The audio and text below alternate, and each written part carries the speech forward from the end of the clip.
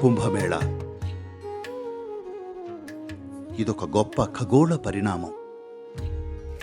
ఈ నాగరికతలో ఉన్న జ్ఞానం దీన్ని ఉపయోగించుకోవడం నేర్చుకుంది.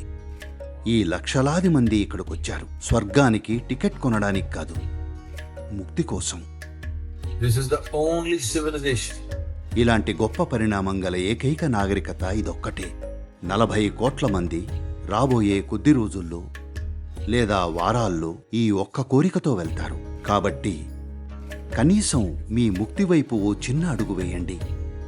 3 విషయాల్ని గుర్తించండి. 3 things. మీరేం కావాలనుకుంటున్నారో అవ్వకుండా మిమ్మల్ని ఆపే 3 విషయాలను, వాటిని అధిగమించి వెళ్ళండి.